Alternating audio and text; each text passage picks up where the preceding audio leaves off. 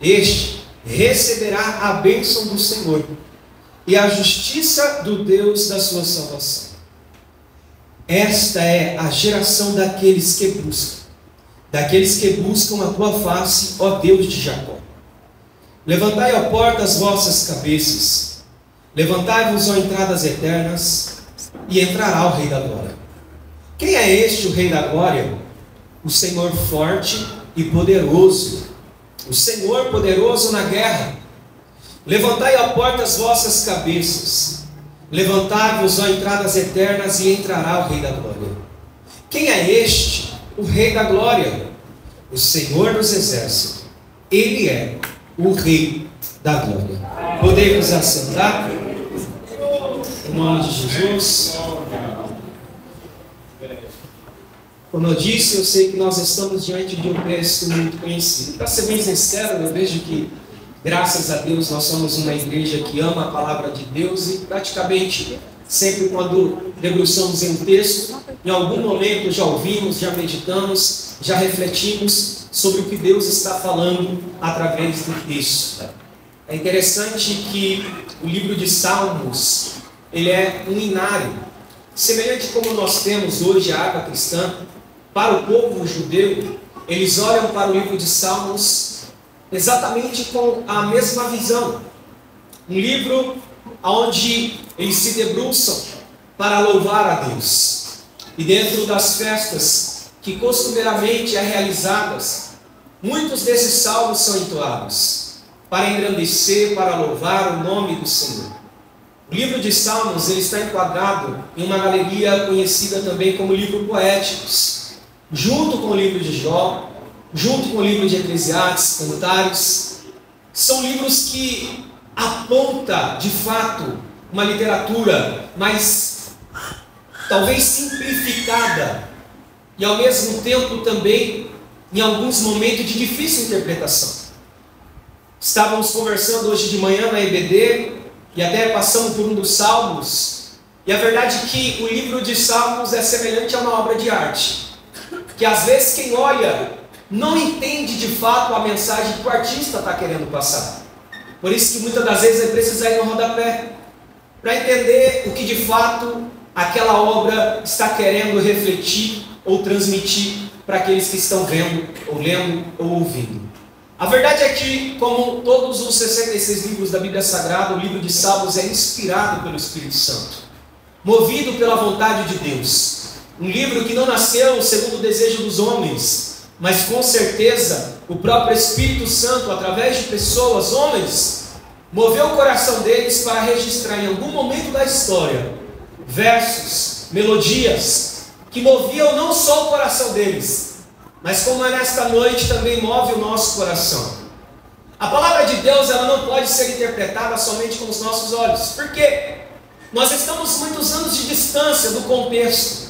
Então todas as vezes que pegamos um texto bíblico, precisamos analisar o seu contexto, desde o seu período histórico, para entendermos melhor o que de fato esta mensagem está dizendo. Mas olhando para os Salmos de número 24, o que me chama muita atenção é que provavelmente quem escreveu esses Salmos foi o rei Davi. E diferente da visão dos judeus, que talvez vê um Messias ou vê um Deus que está restrito a uma etnia ou a uma determinada linhagem, o salmista, movido pelo Espírito Santo, ele está tão tomado da graça de Deus, que ao registrar o início do Salmo 24, ele vai dizer: do Senhor é a terra e a sua plenitude. E ele vai dizer: todos os habitantes pertencem a ele. Eu gosto disso, porque talvez o judeu, quando pegou esta mensagem escrita pelo rei Davi, talvez eles não tinham dimensão do que Davi estava dizendo, mas hoje nós compreendemos. Davi estava dizendo aos seus irmãos contemporâneos e bradando em alto bom som: o Deus a qual nós servimos não é somente Deus de Israel, não é somente Deus da descendência de Abraão, Isaque e Jacó, mas toda a terra é dele, todos os habitantes pertencem a ele. É interessante também que ele vai fazer uma afirmação dizendo: porque o Senhor afirmou sobre os mares e sobre os rios. A ciência demorou muito tempo para descobrir isso, mas o salmista já estava inspirado pelo Espírito Santo, dizendo: ei, a terra no início de tudo era águas, mas o Senhor estabeleceu moradas, mostrando que o nosso Deus é soberano e está acima de todas as coisas. Mas ao descorrer da mensagem, ele vai fazer uma pergunta: quem subirá ao monte do Senhor? Quem entrará no seu santo monte ou habitar? É interessante porque dentro do contexto que ele está vivendo, era normal para alguém olhar para os montes e encontrar altares pagãos. Por quê? Porque as pessoas acreditavam que todo monte era um ambiente sagrado. Então diversos montes tinham altares a outros deuses. Por isso mesmo que no Salmo 121 o salmista vai dizer: elevo os meus olhos para os montes e me pergunto, de onde me virá o socorro? É como se ele estivesse olhando para todos os altares pagãos, vendo que os homens criaram, acreditando ser aquele o Salvador. E o salmista está dizendo: da onde vai vir o meu socorro? Deste monte da minha direita? Do monte que está à minha frente? Do monte que está à minha esquerda? Qual desses montes vai prover para mim a minha salvação? Só que o salmista está tomado pelo Espírito Santo, e ao invés de se limitar somente aos montes, ele vai declarar: o meu socorro vem do Senhor. Que está no monte? Não. Que está em alguma casa feita por mão dos homens? Não. O meu socorro vem do Senhor, que é Criador do céu e também da terra. Em outras palavras, o salmista está dizendo exatamente isso: ei, os montes é pequeno demais, porque o meu Senhor não está limitado a um ambiente físico, geográfico, porque toda a terra é dele, toda a terra pertence a ele, e ele vai tão mais longe, tão mais profundo, que ele vai dizer: os céus não é só a habitação dele, mas é a criação dele também. Ele está dizendo: ei, o Deus a qual eu sirvo está acima de qualquer tipo de crença aí fora, porque ele não está sujeito a uma dependência de homens para o fazer senhor de alguma coisa. Ele é o Senhor do céu e também é o Senhor da terra. Ele está dizendo: todos aqui estão sujeitos ao seu senhorio, ao seu poder. Mas aí, depois do salmista perguntar: quem subirá ao monte santo do Senhor? É como se ele estivesse fazendo exatamente essa pergunta: quem subirá aos céus? Aonde está a habitação do Senhor? E de repente parece que é um silêncio, mas aí ele traz as características, e ele vai dizer: aquele que é limpo de mão e também é puro de coração. Quando o salmista está dizendo aquele que é limpo de mão, ele está dizendo assim: as suas obras são puras. Quando ele está dizendo limpos de mão, ele está falando sobre o lado exterior. Ele está dizendo: ei, as ações dele, a atitude dele, as obras que ele realiza são puras. Não tem como alguém levantar alguma acusação contra ele. Só que Gabriel, olhando para essa expressão, as mãos dele é pura. Se ele encerrasse ali, parecia um evangelho um tanto limitado, talvez preso ainda na cultura, na lei judaica. Só que ele traz para dentro, e ele diz assim: mas também é puro de coração. Quando ele está dizendo que as mãos dele é limpa, ele está refletindo: as suas obras são boas, não tem como acusar. Ele fala bem, ele anda bem, ele cuida das pessoas, ele se porta, ele é um bom homem, no sentido ser humano. Mas quando ele diz assim: mas o seu coração é puro, ele está falando: ei, não é somente as obras dele que é santa, mas a intenção do coração dele também é boa. Sabe por quê? Porque o que ele está dizendo é um fato, e todos aqui sabem. Às vezes a obra apresenta algo, mas o coração está longe. O próprio Deus vai usar um dos teus servos para dizer: ei, vocês me adoram com os lábios, mas o coração está longe. Só que esse que o salmista está descrevendo, ele está dizendo: ei, as obras dele são perfeitas. Só que a intenção, o coração dele também é santo, também é puro. Ele está dizendo: quem subirá ao monte santo do Senhor é alguém que tem as obras boas, mas também tem um coração limpo. É alguém que não está fazendo simplesmente simplesmente de modo artificial para mover ou comover alguém, mas as suas ações refletem o que ele é dentro. E isso é extremamente importante. Mas olhando para o Salmo 24, nós precisamos entender que todo texto tem um contexto também. E existe uma interpretação dentro da cultura judaica para o Salmo 24. Todos nós sabemos que o nosso Deus é um Deus de relacionamento. Desde o início, Deus deixou claro que não simplesmente criou o homem e o abandonou virando as costas, dizendo: se vira, faz o que você bem quiser da sua vida. Muito pelo contrário, nós vemos o nosso Deus descendo todos os dias para conversar com o seu amigo. E nós também vemos o mesmo Deus, depois do livramento de tirar o povo do Egito, dizendo ao teu servo Moisés: ei, eu desejo habitar no meio do povo. Então construa para mim um tabernáculo. E nós sabemos que o tabernáculo era de fato a representação de Deus ali naquele lugar. Em outras palavras, o tabernáculo representava como que um reino, aonde os irmãos sabem que o sacerdote entrava para se encontrar com Deus, para sacrificar, para falar com Deus, para contextualizar como que era. A Bíblia nos ensina que ao entrar tinha um altar, que era o altar do sacrifício, onde o animal era degolado. O sacerdote, depois de matar o animal, ele lavava as suas mãos na pia de bronze. Depois dele lavar as suas mãos na pia de bronze, ele entrava no ambiente santo, que à sua direita tinha a mesa do pão, à frente dele tinha o altar do incenso, e à sua esquerda tinha um candeeiro que iluminava o ambiente. E tudo aquilo nós sabemos que representa Cristo. Mas o certo é que tinha um véu que separava o lugar santo do lugar santíssimo, e dentro do lugar santíssimo tinha a arca. E a arca era a maior representação da presença de Deus no meio do povo. Não tinha outro objeto, não tinha outra coisa que representava tanto a presença de Deus no meio do povo como a arca.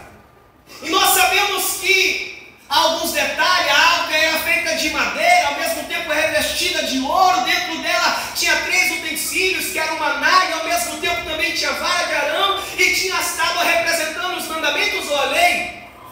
E aquilo, de fato, era a representação de Deus no meio do povo. E lembrando, o tabernáculo não foi um desejo do líder Moisés. O próprio Deus disse: construa o tabernáculo.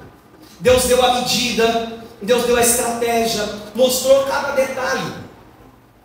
E mais uma vez eu vejo nisso o cuidado de Deus, o detalhe de Deus para com o seu povo, e mostrando que a obra é dele. E, irmãos, para servir a Deus você precisa seguir as medidas que ele passa. Porque se você não fazer conforme a vontade dele, vai dar errado. Mas quando constrói tudo de acordo à vontade dele, porque é ele quem dá a medida, as coisas dão certo. O tabernáculo, de fato, a representação de Deus no meio do povo.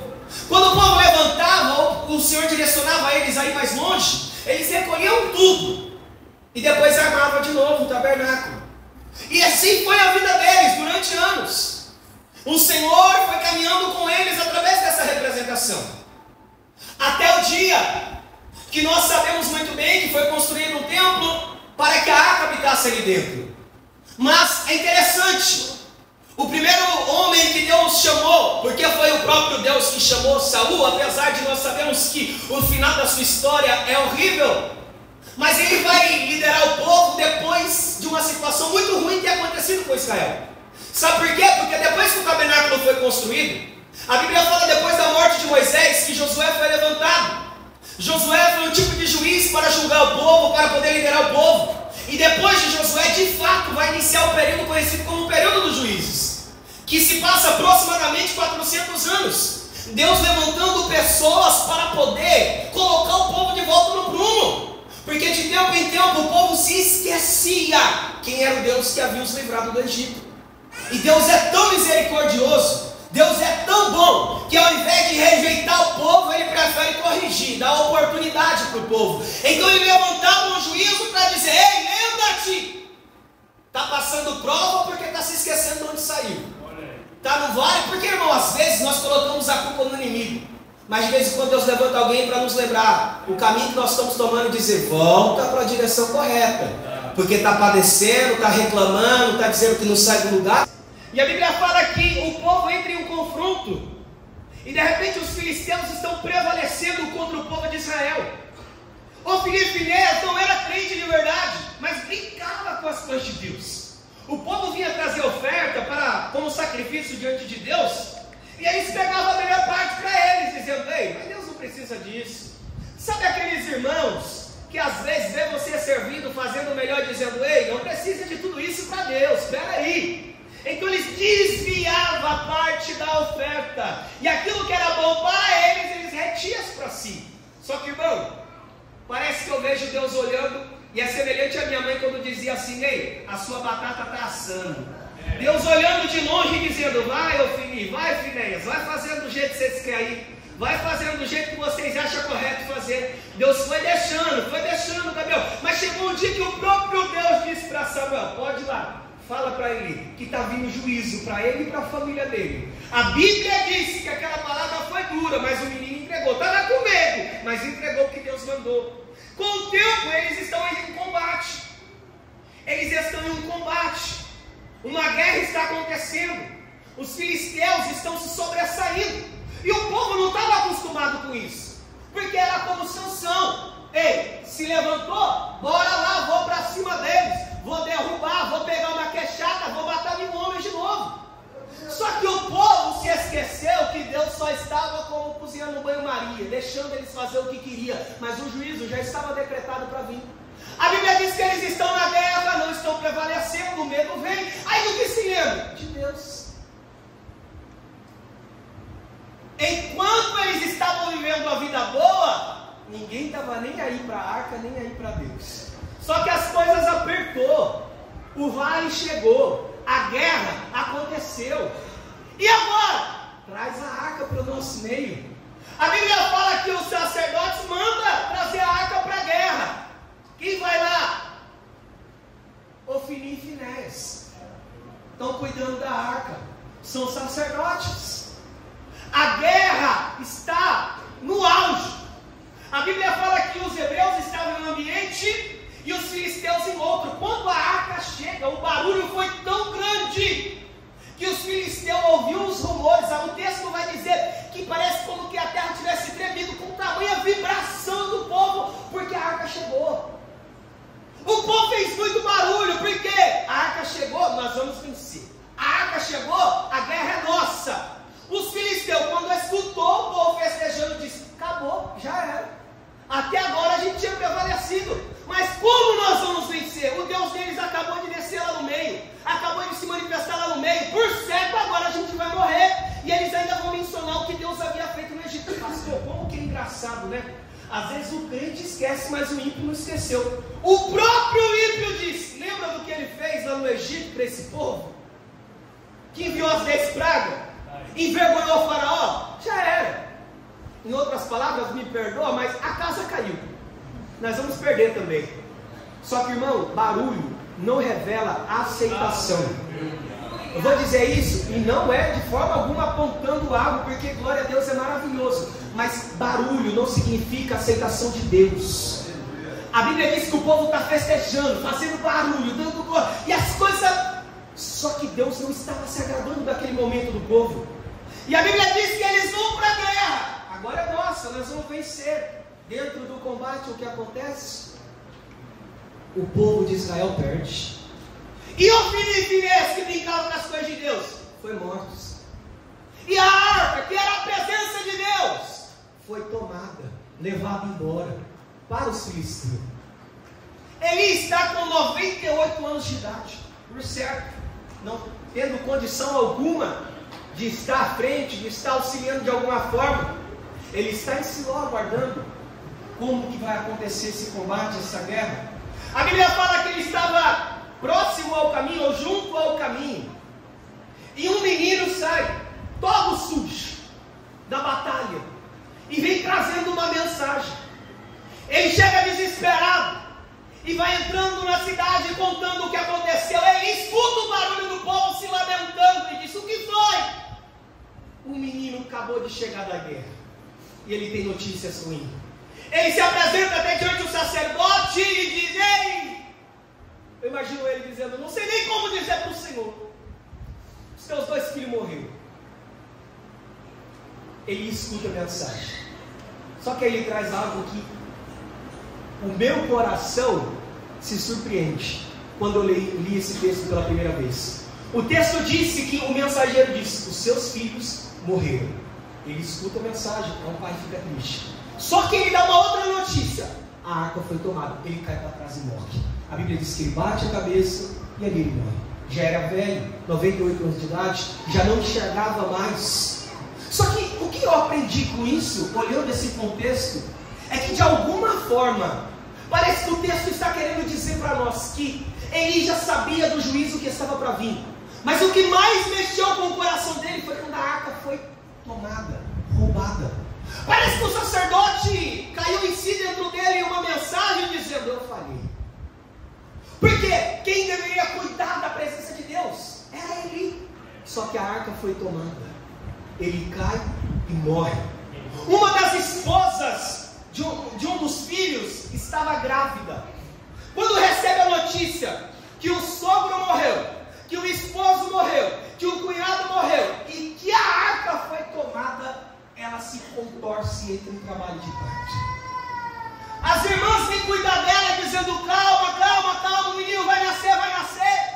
A mulher está triste, desgostosa com a vida, mas o menino nasce. Alguém olha para ela e diz assim: alegra-te, porque Deus te deu um varão. Alegra-te, porque Deus te abençoou. Sabe qual foi a resposta dela? Não foi assim: ah, Deus tirou meu marido, ah, Deus tirou aquilo que eu tinha de alegria. Ela disse: ei, como eu vou me alegrar? A arca, a presença de Deus foi embora de Israel. Qual é o nome do menino? E acabou. Foi-se a glória de Deus. Uma mãe olhou para o filho e diz: olha, eu até queria comemorar, eu até queria festejar, mas como? Sem a presença não tem como. Sem a presença não tem festa. Sem a presença não tem algo que pode motivar. O que o texto está dizendo é que não é uma promoção que pode trazer a alegria que você precisa. Porque essa mulher está nos dando uma aula. Não é uma promoção, não é um carro, não é uma restauração aos seus olhos. Ela está dizendo: Senhor, como eu vou me alegrar com qualquer bênção que o Senhor pode me entregar na terra, se a tua presença saiu do nosso meio. Ela se entristece. Um período difícil se inicia. Mas sabe o que eu gosto da Bíblia Sagrada? É que mesmo em período difícil, Deus continua levantando pessoas. Porque alguém poderia olhar e dizer: ei, desiste do ministério. Olha a situação que você está. Olha o confronto que você está enfrentando. Vai pastorear desse jeito, vai liderar desse jeito, vai orar desse jeito, vai pregar desse jeito, vai falar desse jeito. Olha a situação que Israel está. Mas mesmo naquela condição, Deus levanta um homem chamado Samuel, com caráter, com posicionamento, para ser o representante de Deus no meio do povo. A Bíblia vai dizer que dentro desse contexto é levantado o ministério de Saul como rei em Israel. Saul vai reinar por aproximadamente 40 anos. Só que durante os seus 40 anos de reinado, ele nem se preocupou com a arca. Durante os seus 40 anos de reinado, ele não se preocupou com a maior representação da presença de Deus. Os anos se passaram e ele estava mais apegado ao trono do que à glória de Deus, do que à presença de Deus. E sabe o que eu posso aprender olhando para a vida de Saul? Que se nós não carregarmos a presença de Deus na nossa vida e no nosso ministério, podemos até começar bem, mas o final não será bom. Todos sabem que Saul, se termina o seu ministério, desviado. Em outras palavras, até mesmo o texto vai mostrar que ele vai se consultar com o paganismo. Se desvia completamente da presença de Deus. Quando o Senhor corrige a vida dele, ao invés dele se arrepender, ele vai dizer para o profeta: ei, faz um sacrifício no meio do povo aí para eles verem que Deus ainda era a minha vida. Ele não estava preocupado se Deus era. Ele diz: faz um sacrifício para que o povo pense que Deus ainda é. Oferece aí, Samuel, um sacrifício para que o povo saiba que Deus ainda tem chamado na minha vida. Mas Deus estava longe e já havia projetado outro alguém. A Bíblia fala que o tempo dele passa. O rei que Deus levanta é alguém segundo o coração de Deus, apaixonado por Deus. Só que Davi é alguém sábio. Alguns aí dizem: quero aprender com o meu erro. Mas eu acredito que a melhor sabedoria é aquele que aprende com o erro do outro, que não precisa cair no mesmo buraco para sair do outro lado dizendo, poxa, era verdade, bem que o pastor falou que aquilo ali não era para mim. Mas quando ele olha para o erro dos outros, ele diz, espera aí, eu vi a situação que aconteceu com ele, eu vi o que aconteceu com ela, não quero ir para o mesmo caminho. Parece que Davi pegou o que ele precisava. Davi agora está empossado como rei de Israel. Em 2 Samuel capítulo 2 Samuel capítulo 6, a Bíblia diz que agora Davi empossado como rei de todo Israel. Qual é a primeira preocupação que ele tem? A arca precisa voltar. A presença precisa voltar.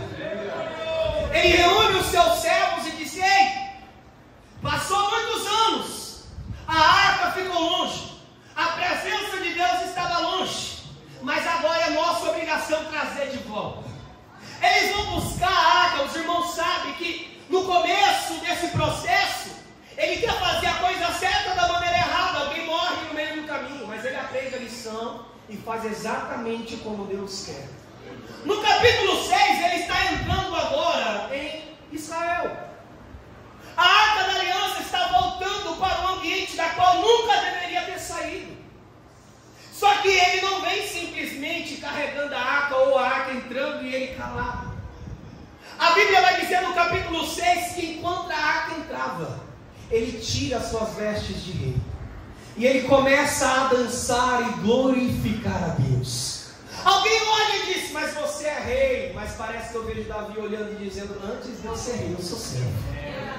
Alguém está na janela, a esposa dele, vendo o marido, o rei, dançando, bailando, festejando no meio do povo, se alegrando no meio do povo. Por quê? Porque a presença de Deus estava retornando para o ambiente.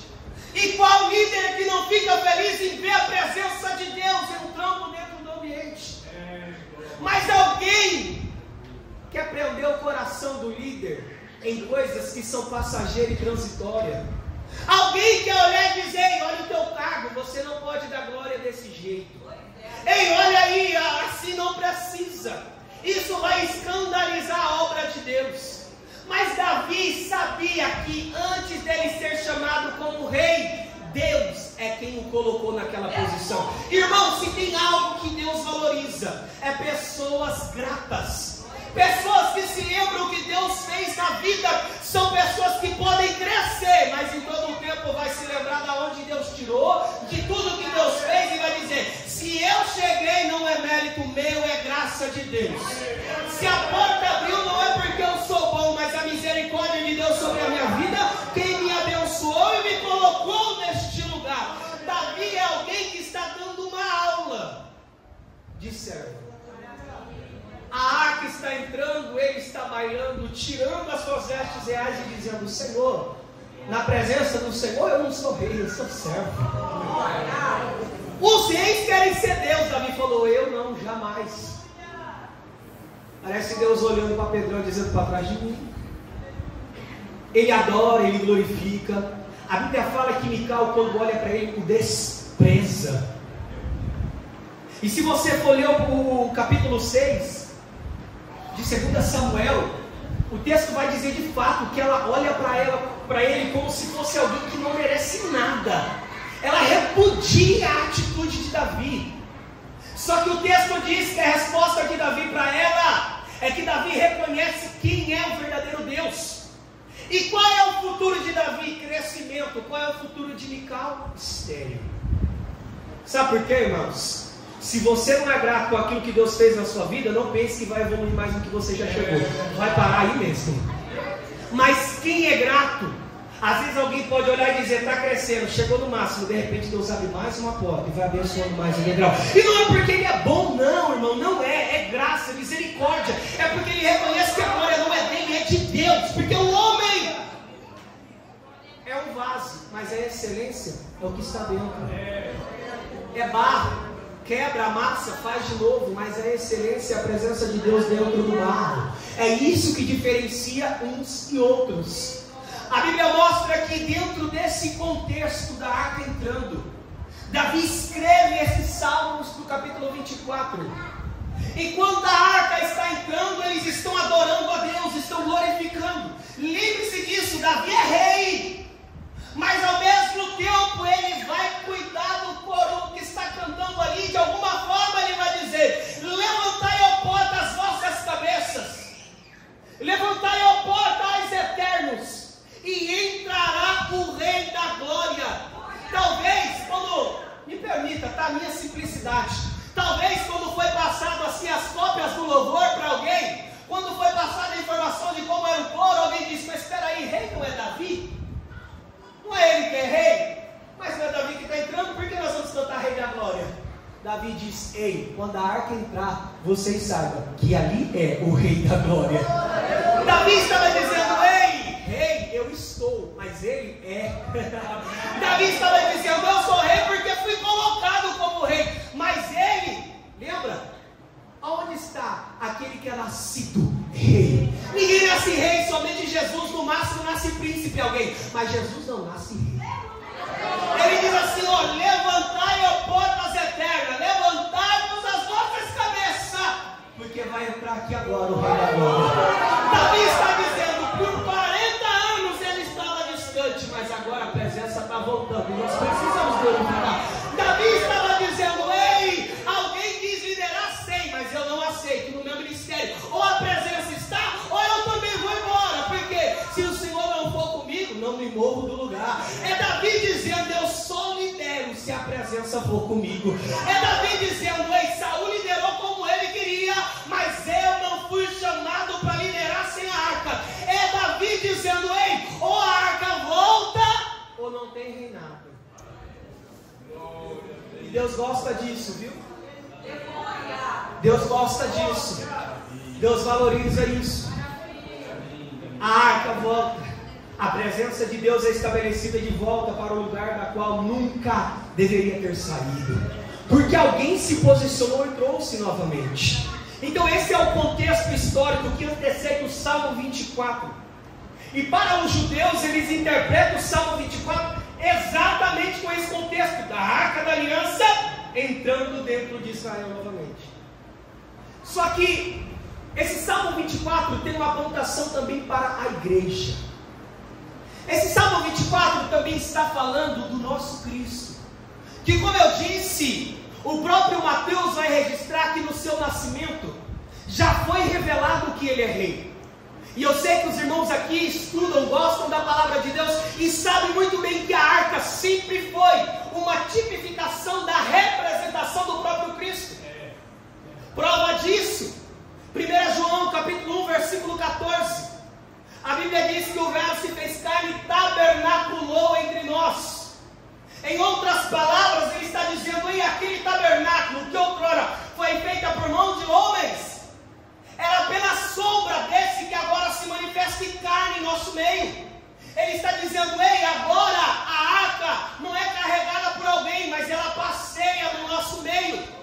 Ele está dizendo: ei, outrora ele estava sendo representado por madeira e por ouro, ou por um templo, mas agora é o Emanuel, Deus do nosso meio, encarnado. O próprio João vai iniciar o capítulo 1, verso 1, dizendo: no princípio era o Verbo, e o Verbo estava com Deus. Eu falava hoje de manhã, juntamente com os jovens, que esta palavra se diz em arque, em rologos. Esse segundo em é uma apontação para um verbo indefinido, para o tempo indefinido. Quando João está escrevendo o primeiro capítulo, e ele está usando esse segundo em rologos, ele está dizendo assim: olha, no princípio, ou em princípio, ele estava. E ao mesmo tempo, quando ele está usando esse segundo em, é para enfatizar que há um tempo indefinível. Parece que João até quer descrever a existência dele, desde quando ele existe, mas ele disse assim: não tem palavras, é indefinível o tempo da sua existência. Ele está dizendo: não tem uma ação, não tem um verbo para que eu possa descrever desde quando ele é. Como você vai falar então, João? Desde o princípio ele é, até o ponto de Isaías dizer da eternidade, ele é Pai. Então João está descrevendo a grandeza e a existência de Deus, do próprio Cristo, o Verbo encarnado. Lembrando que Mateus também descreveu que ele é nascido rei. Só que esse mesmo que é nascido rei, ele veio com um propósito: buscar e resgatar aquilo que se havia perdido. E dentro desse contexto do Salmo 24, existe algo tão maravilhoso, e hoje de manhã foi muito boa a aula, Deus abençoa a nossa vida. É interessante porque o Salmo 22, o Salmo 23 e o Salmo 24 descreve a vida de Cristo. Eu vou repetir. O Salmo 22, o Salmo 23 e o Salmo 24 descreve a vida terrena de Cristo. Se você tiver a sua Bíblia aberta, abra comigo no Salmo de número 22. Nós sabemos que o nosso Cristo, o Verbo encarnado, o homem perfeito, a excelência, o Deus Todo-Poderoso, que sempre esteve no controle de todas as coisas, é alguém que veio com um propósito. Alguém precisava morrer para que eu e você fôssemos salvos. E o salmista, mais de 900 anos aproximadamente, por quê? Porque o ministério de Samuel para o ministério de João Batista tem um período aproximadamente de 1000 anos. Então o tempo que o salmista Davi está escrevendo este salmo de número 22 é muito antes de Jesus vir à terra. Mas observe comigo o que ele vai descrever. Salmo de número 22. Eu quero saber se você sabe quem falou esta frase. Deus meu, por que me desamparaste? Por que te alongas das palavras dos meus bramidos e não me auxiliaste? Eu não sei você, mas eu compreendo quem falou esta palavra. Mas eu vou falar mais um pouco, que eu quero que você entenda o que o salmista estava vendo de alguma forma, movido pelo Espírito Santo, quase 1000 anos antes do evento acontecer. Olha o que o 7 diz: todos os que me veem zombam de mim, estende os beiços e maneiam a cabeça, dizendo: confiou no Senhor, que o livre. E ele vai dizer: livra-me, pois nele tem prazer. Parece que alguém, movido pelo Espírito Santo, o salmista Davi, está dizendo assim: ei, ele olhou e disse: Deus meu, por que me desamparaste? Ele está dizendo: as pessoas passam e ao invés de se comover com a minha realidade, eles maneiam a cabeça e zombam de mim. E ainda diz assim: ei, não foi você que ele disse quem tem prazer? Eu não sei se você se lembra, mas Jesus, quando foi batizado nas águas, o texto diz que ao sair das águas, o Pai fala do alto dizendo: este é o meu filho em quem me comprazo. Alguém está olhando para ele na cruz e dizendo: ei, você não disse que ele tem prazer em ti? Cadê o Deus que você diz servir? Observa o que o Salmo 22, a partir do 16 diz: pois me rodeiam cães, ajuntamente de malfeitores me cercou, transpassaram-me as mãos e os pés. Porém, eu contar todos os meus ossos. Ele estava tão exposto que os ossos dele poderiam ser contados. E olha o que ele continua dizendo: eles me veem e me contemplam. Alguém se lembra desse episódio? Repartem entre si as minhas vestes e lançam sorte sobre a minha túnica. Eu não sei se você entendeu, mas Davi, mais de 1000 anos antes da crucificação, ele está tendo uma revelação do Espírito Santo, do Cristo ressurreto, mas primeiro dele crucificado. Ei, irmãos, eu não estou falando de alguém que estava presente na ocasião. Eu estou falando de alguém que quase 1000 anos antes está tendo a revelação da parte de Deus do nosso Cristo sendo crucificado. Só que o Salmo 22, eu disse, ele é parte. O 23 vem dizendo algo muito maravilhoso. Porque o 22 aponta a morte de Cristo.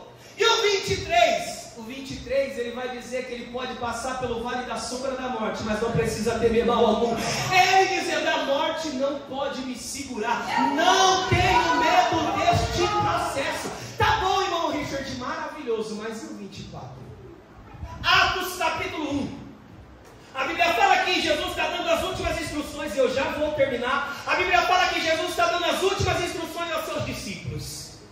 Eles estão tão atentos à mensagem de Jesus, e ele vem dizendo: olha, ficai em Jerusalém, até que do alto vocês sejam revestidos de poder. É Jesus dizendo: tem promessa para vocês, tem algo sobrenatural. Só que Jesus vai pregando o último sermão ali para com os seus discípulos, e de repente os pés dele começam a levantar. Só que ninguém cutuca ninguém. Eles ficam tensos olhando para Jesus. Jesus pregando e subindo. Ninguém está entendendo nada. Ninguém consegue sequer questionar. A Bíblia diz que de repente o céu se abre. Jesus está sendo a sua presença. 2 anjos se manifestam e disse: varões galileus, por que vocês estão olhando esse que está subido? Não sabeis vós que ele há de voltar também? Só que o céu se fecha e a obra aqui na terra continua. Só que parece que alguém lá no céu começa a entender que alguém maior está chegando. E alguém vai gritar dentro do coral celestial: levantai, ó portas, as vossas cabeças. Levantai, ó portas eternas. Por que alguém grita? Ele disse: porque está entrando o Rei da Glória. Mas alguém está dizendo: quem é esse o Rei da Glória? E ele vai dizer: o Senhor poderoso da guerra. E vai dizer: levantai, ó portas. Por quê? Porque ele morreu no capítulo 22. No capítulo 23 ele mostrou que ele é Senhor da morte. E no capítulo 24 ele está entrando novamente aos céus como Senhor da glória. E para terminar, isso aqui é uma promessa de Deus para a nossa vida. Observa que por 2 vezes é narrado a entrada de Jesus. Por 2 vezes o salmista vai dizer: levantai, ó portas eternas, levantai as vossas cabeças, porque entrará o Rei da Glória. A primeira expressão como resposta é: quem é este o Rei da Glória? É o Senhor da guerra, poderoso da guerra, o Jeová Sabaote. É Ele quem está entrando. Só que o salmista parece que está vendo algo a mais, pastor, porque de repente ele vai fazer a mesma expressão, como se esse Rei da Glória está entrando novamente no ambiente. E parece que ele vai ouvir alguém dizer: ei, levantai, ó portas, as vossas cabeças. Pode passar despercebido, mas a Bíblia é perfeita. Ele vai dizer: levantai, ó portas, as vossas cabeças. Levantai, ó portas eternas. E de novo alguém vai dizer: meu nome, quem é esse? O Rei da Glória. Olha a resposta. Quem é esse o Rei da Glória? Verso 10. O Senhor dos exércitos. Ele é o Rei da Glória. Não, Richard, que é isso? Não entendi. É a mesma expressão? De modo algum. A primeira entrada de Cristo na glória, Ele é o Senhor da guerra, mostrando que Ele vence, que Ele é o Senhor soberano sobre todas as coisas. A segunda entrada dele, Ele é o Senhor dos exércitos. Por quê? Porque Ele não está entrando sozinho. Alguém que viu Ele entrar pela primeira vez tinha dito: é o Senhor da guerra. Só que agora eles estão vendo algo a mais. Ele não é somente Senhor da guerra. Por quê? Porque tem um exército subindo com Ele também. Ele está dizendo: Ele é o Senhor dos exércitos. Em outras palavras, o salmista está dizendo sobre as 2 narrativas do retorno de Jesus para o céu. Ele disse: primeiro as portas abriu e ele entrou sozinho, mas na segunda entrada dele tem um exército com ele, chamado a igreja, o povo do Deus vivo.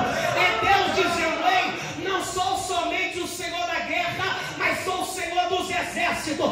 Existe um povo que anda comigo. Parece que eu vejo João descrevendo as últimas falas de Jesus antes de ir para a crucificação, no capítulo 14, dizendo: não turbeis. Não turbeis o vosso coração. Credes em Deus, credes também em mim. Por quê? Porque na casa de meu pai há muita morada. E se não tiver morada, ele falou: fica tranquilo também. Se necessário, eu preparo morada. Para que, Jesus? Para que aonde eu estiver, estejais vós também. É Jesus dizendo para nós que existe uma promessa para a nossa vida. Ele venceu a morte, passou por todo o processo da crucificação. Ele é o Senhor da guerra. Ele vence todas as guerras. Mas existe uma promessa da parte de Deus para a igreja do Deus vivo, que um dia cearemos com Ele e Ele conosco. Um dia nós entraremos juntamente com Ele nesta mansão. Um dia estaremos juntamente com Ele, com o Rei da Glória. Não desista e não abandone, porque o salmista está dizendo: a promessa continua de pé. E eu vou dizer algo para que você entenda verdadeiramente o que o Salmos está dizendo. Ei, no capítulo 22, ele acertou, ele errou, sim ou não? Acertou. No capítulo capítulo 22, ele descreveu a morte de Cristo. Cristo morreu. No capítulo 23, ele descreveu o Cristo que não tem medo de passar pelo vale da sombra da morte. Se necessário, ele passa, e ele passou. E você está achando que o capítulo 24 ele errou? Você está achando que ele foi tão preciso no capítulo 22, descrevendo Cristo crucificado? No capítulo 23, mostrando que ele é o bom pastor, mostrando que ele é o nosso pastor e ele não nos faltará, porque a morte não teve poder e autoridade sobre a sua vida. Agora você está achando que o 24 ele se equivocou? Não se equivocou. A promessa continua de pé. Cristo voltará e nos levará para onde Ele estiver. Por quê? Porque nós somos a igreja, o povo de Deus. Então passe por tudo que tiver que passar, mas a presença dEle precisa te acompanhar. No Antigo Testamento ele era a arca manifestada, mas foi trazida novamente para o meio do povo. E no Novo Testamento ele é o Verbo encarnado que em breve voltará para buscar a sua amada igreja, e nós estaremos para sempre com ele, como diz em 1 Tessalonicenses capítulo 4 e o verso 18, que estaremos para sempre com ele. A promessa continue de pé. Fica com essa palavra em nome de Jesus. Se coloque de pé junto comigo.